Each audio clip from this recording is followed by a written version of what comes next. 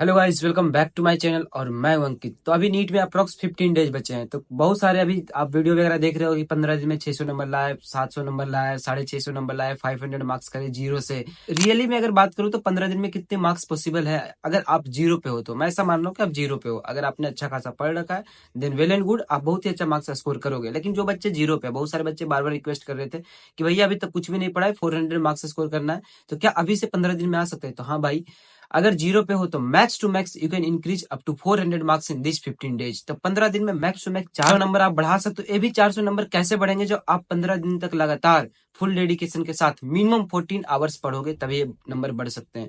तो आज का वीडियो में बेसिकली एक चैलेंज वीडियो है। आपको चैलेंज देने वाला हूँ 15 दिन का चैलेंज, की कौन से दिन पे कौन से चैप्टर पढ़ना है। एक पार्टिकुलर प्लानर दूंगा आपको चैप्टर्स के साथ कि ये सारे चैप्टर्स बस कर लो, डू और डाई चैप्टर से, या फिर बोलो हाई वेटेज चैप्टर्स। जो मैं चैप्टर्स आपको देने वाला हूँ ये चैप्टर्स काफी इजी है और 400 मार्क्स स्कोर करने के लिए सारे चैप्टर्स इनफ है। मैं बेसिकली आज की वीडियो में आपको फिजिक्स को इंक्लूड नहीं कर रहा हूँ क्योंकि 400 नंबर आपको लाने हैं और दिन बचे हमारे पास सिर्फ 15। तो सिर्फ हम बायोलॉजी से और केमिस्ट्री से भी ये मार्क्स को अचीव कर सकते हैं क्योंकि इन दोनों पार्ट से मार्क्स स्कोर करना थोड़ा इजी है एज कम्पेयर टू फिजिक्स।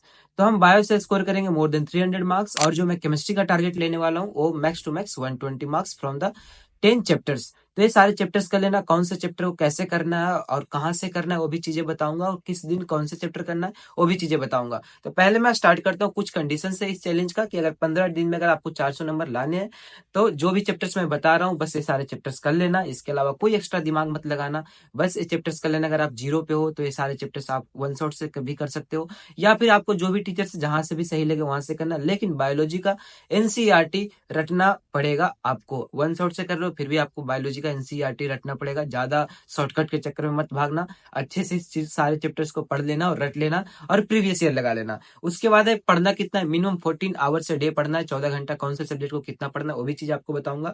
और 0 से 400 ही पॉसिबल है इन 15 दिन में, इससे ज्यादा मार्क्स पॉसिबल नहीं है। ये भी तभी पॉसिबल है जो आप एकदम बहुत ही हाई लेवल का मेहनत करोगे तब।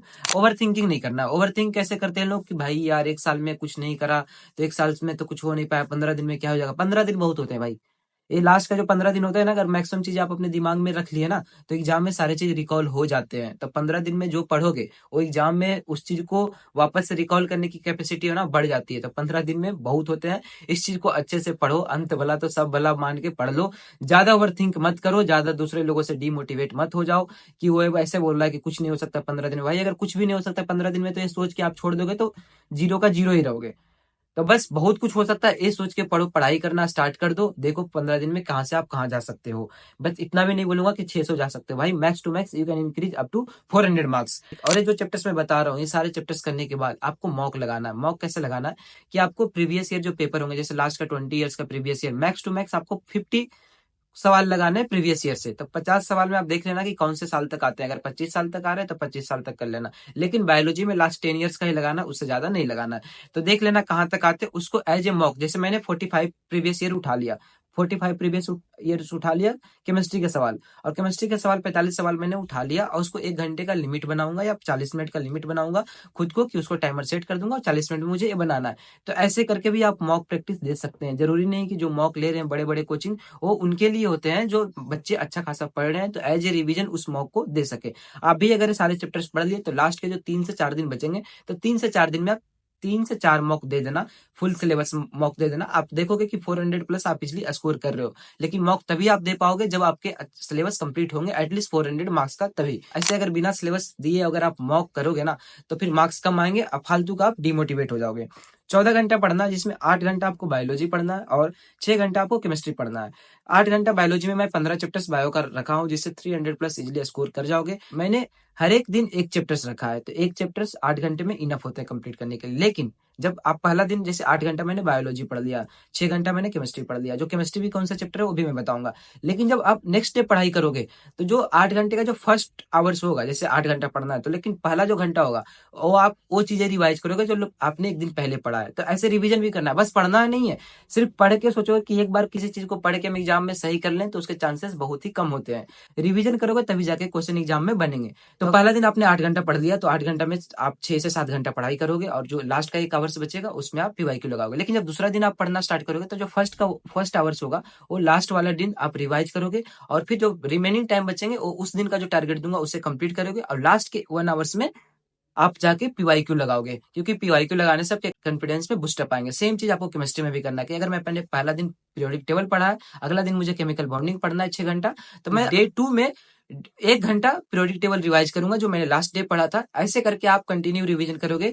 जो मैंने आज पढ़ा हूँ उसे कल रिवाइज करूंगा 1 घंटा, जो कल पढ़ूंगा उसे परसों रिवाइज करूंगा। ये तरीका आपको अपनाना है, काफी सटीक तरीका है और काफी बढ़िया तरीका है रिवीजन करने के लिए। इससे क्या होगा कि आपका साथ साथ पढ़ाई भी होता जाएगा और आपका रिवीजन भी होता है। रिवीजन करना है, जरूरी है। नया नया चैप्टर्स के पीछे मत भागो। लास्ट में कम पढ़ो बट सटीक पढ़ो। सटीक मतलब पढ़ो कि जो चीजें मैं पढ़ रहा हूँ वो मुझे 100% आना चाहिए। अब हम स्टार्ट करते हैं 15 डे चैलेंज। सारे डेली टारगेट है या फिर डेली चैलेंज हो, मैं अपने टेलीग्राम चैनल पे भी अपलोड कर दूंगा। वहां पे ऑलरेडी 2 चैलेंज चल रहे हैं, एक लास्ट 25 डे चैलेंज, एक last 30 day challenge for 500 marks and 550 marks.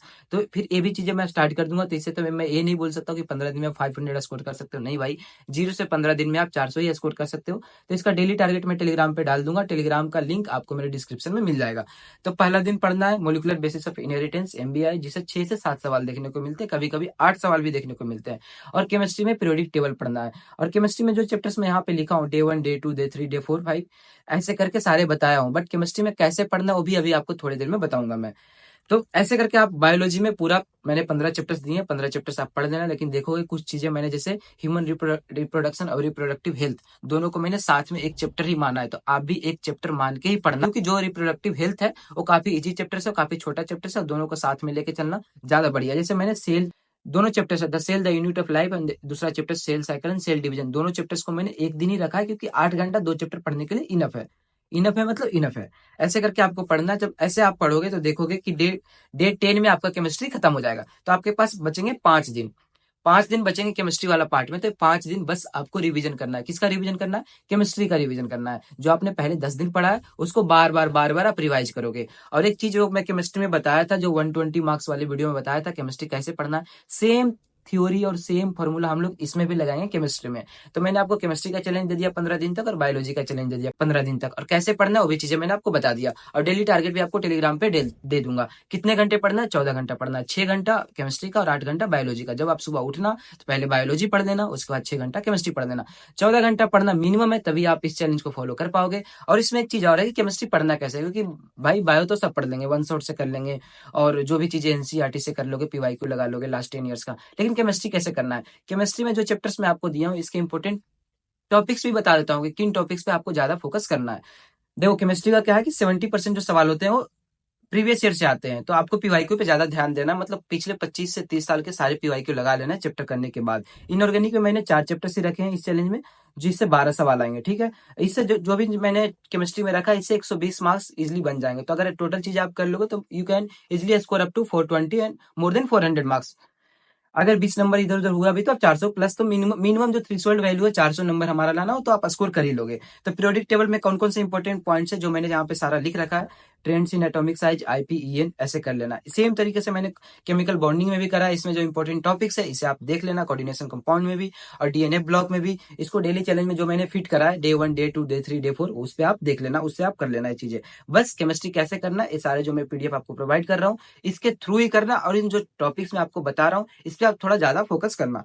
Organic में देखो, ऑर्गेनिक में क्या करना है, ऑर्गेनिक जो आएगी वो आएगी डे 5 पे, जहाँ पे डे 5 पे आपको GOC करना है। GOC में nomenclature, I effect, mesomerism, resonance, stability of intermediates, acidic and basic strength, SN1 SN2, ये सब चीजें पे ज्यादा ध्यान देना है आपको। इसके अलावा जब डे 2 आपका स्टार्ट होगा, डे 2 में क्या करना है आपको, रिएक्शंस एंड टेस्ट, जितने भी एनसीईआरटी में रिएक्शंस लिखे हैं 200 के आसपास रिएक्शंस होंगे, आपको GOC पढ़ना और रिएक्शंस एंड टेस्ट पढ़ना। इसके अलावा आपको ऑर्गेनिक में कुछ भी नहीं पढ़ना। तो ऑर्गेनिक में डरना मत कि इतने बड़े बड़े चैप्टर्स उसको पढ़ना है, उसको बिल्कुल नहीं पढ़ना है।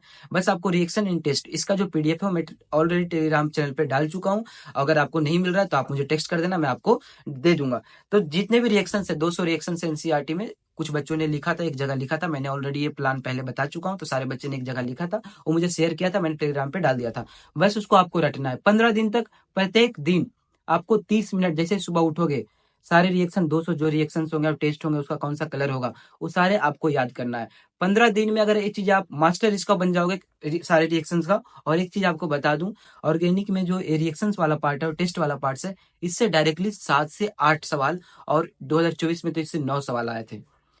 तो बस इतना आपको करना है ऑर्गेनिक में। जो चीजें मैं आपको बता रहा हूँ बस इसको इतना करना और प्रीवियस ईयर लगाना, इसके अलावा कुछ भी नहीं करना है। अब देखो एक बात और, फिजिकल केमिस्ट्री में क्या करना है, फिजिकल केमिस्ट्री में आपको चैप्टर्स जो कौन कौन से पढ़ने हैं, केमिकल काइनेटिक्स पढ़ने हैं, सॉल्यूशंस पढ़ने हैं, मोल कंसेप्ट पढ़ने हैं, एटॉमिक स्ट्रक्चर पढ़ने हैं, और बस 4 चैप्टर्स पढ़ने हैं आपको। ये चारों चैप्टर वन शॉट से कर लेना, प्रीवियस ईयर लगा लेना, बस इनफ है। और इन सारे चैप्टर्स में कौन से इंपॉर्टेंट टॉपिक्स है वो आप यहाँ से देख सकते हो। तो बस 15 दिन का चैलेंज यही है, अच्छे से स्टार्ट करो, कल से डे 1 से चैलेंज स्टार्ट कर दो। मैं अपने टेलीग्राम चैनल पे डेली टारगेट भी दे दूंगा according to this planner 400 marks score करने के लिए। आप कर सकते हो, कर सकते हो, कर सकते हो, मैं 1000 बार बोलूंगा कर सकते हो। बस 14 घंटे पढ़ने के लिए रेडी हो जाओ। अगर आप मेरे कंटेंट पसंद कर रहे हैं, मेरे वीडियो आपको अगर पसंद आ रहे हैं तो प्लीज चैनल को सब्सक्राइब कर देना, वीडियो को लाइक कर देना, इससे मुझे भी थोड़ा बहुत मोटिवेशन मिलता है। और अगर आपको कोई डिमोटिवेट कर रहा है तो उनसे प्लीज 15 दिन के लिए दूर हो जाना। अगर दूसरी तरफ अगर आपको कोई 15 दिन में ये बोल रहा है कि 600 स्कोर कर सकते हो, 650 स्कोर कर सकते हो, उनको दूर से प्रणाम करके अलविदा बोल देना। मिलता हूं आपसे अगले वीडियो में, तब तक के लिए बाय एंड टेक केयर।